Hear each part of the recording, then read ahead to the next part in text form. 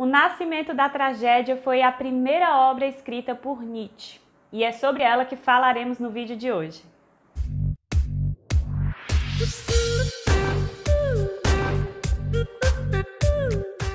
Seria o artista um salvador de uma cultura em decadência? Teria a arte o poder de revitalizar uma cultura ressecada por valores infrutíferos? São esses questionamentos que atravessam o Nascimento da Tragédia, obra da juventude do Nietzsche. Mas antes da gente continuar esse papo, já se inscreve aqui no canal, ativa o sininho, deixa o like no vídeo para poder me apoiar e também me segue nas redes sociais, @LiaFreitasFilo, tanto no Instagram quanto no Facebook. Lá eu faço uns conteúdos diferenciados, então vale a pena você me seguir. Bom, a tragédia grega foi o último tema tratado no último vídeo que eu fiz dessa série, aquele que eu falei sobre Aristóteles e a poética, e eu vou fechar essa temática da arte grega com o filósofo contemporâneo Nietzsche, justamente para a gente fazer um contraponto reflexivo ali entre antiguidade e contemporaneidade.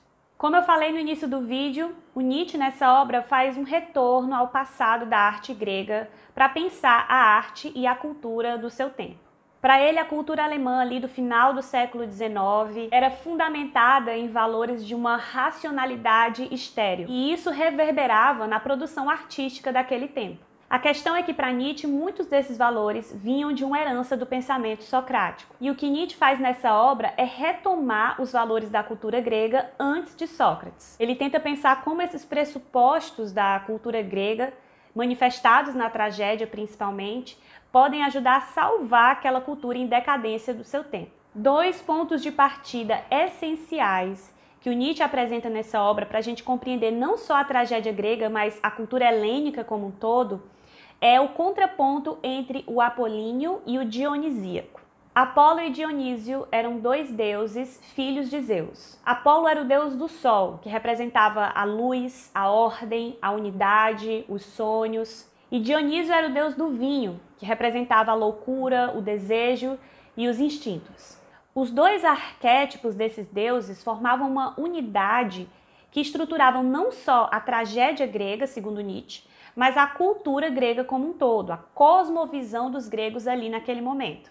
Mas essa unidade entre apolíneo e dionisíaco se dava numa constante luta entre esses dois opostos. Mas para Nietzsche é essa tensão gerada que vai ser a essência da tragédia, como um gênero que fala prioritariamente sobre as dores e os terrores da vida humana. A dor é a tônica da tragédia grega. Por exemplo, a história de Édipo Rei, de Sófocles, é um dos maiores exemplos da condição trágica da humanidade. Édipo, que é o herói dessa história, é um angustiado. Ele está constantemente em busca de respostas. Desde cedo, Édipo tenta fugir do seu destino. Mas, por ironia aí dos deuses do Olimpo, ele escreve a sua história exatamente como ela tinha sido designada pelo oráculo quando ele nasceu. Ele descobre que matou seu pai, que se casou e se deitou com a sua própria mãe. Ele fura os seus olhos diante de todo esse horror, e é justamente aí onde se encontra a beleza da tragédia. A condição humana em todos os seus desejos, conflitos, problemáticas e angústias.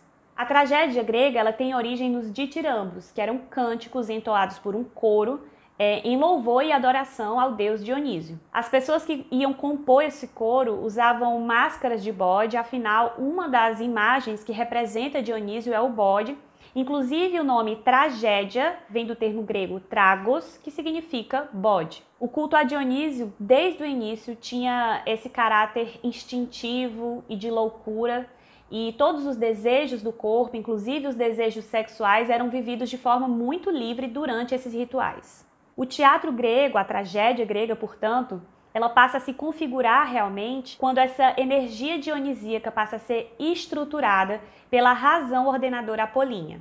Então, o que era culto passa a se transformar em arte, mas sem perder aquela natureza primitiva, instintiva, que vem dessa origem ritualística do teatro grego. Inclusive, o Nietzsche afirma que é esse componente musical do coro que guarda na tragédia a sua característica dionisíaca.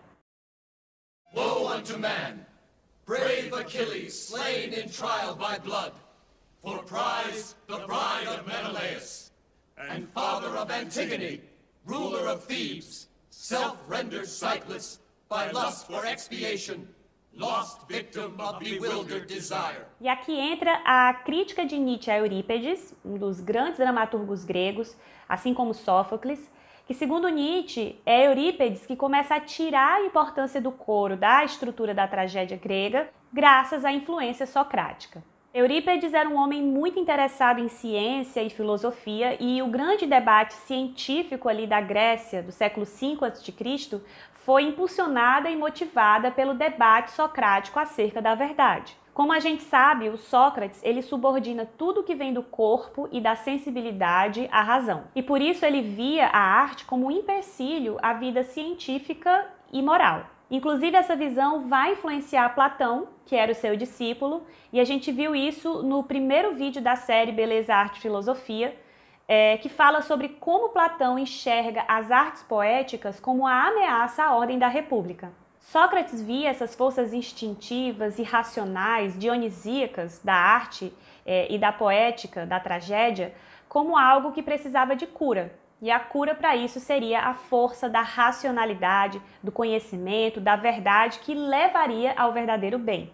Mas para Nietzsche é exatamente aí onde começa toda a doença da cultura ocidental, quando a unidade entre corpo e razão é colocada sobre essa relação de hierarquia que pensava Sócrates, essa visão racionalista. E para Nietzsche, a sociedade alemã da sua época era resultado desse legado socrático.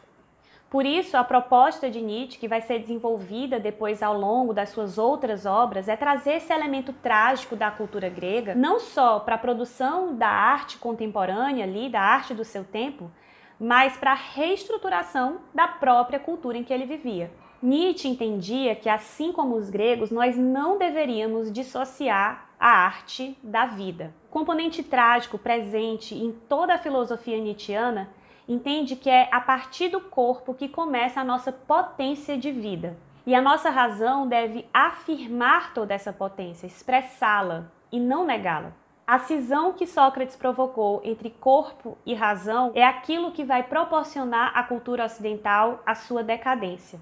E a arte é aquilo que pode salvar a nossa cultura desse processo de decadência. A arte salva porque ela nos ensina que a grande dor da condição humana não deve ser curada, mas sim compartilhada e ressignificada, nos ajudando a construir novos valores e, quem sabe, novos mundos.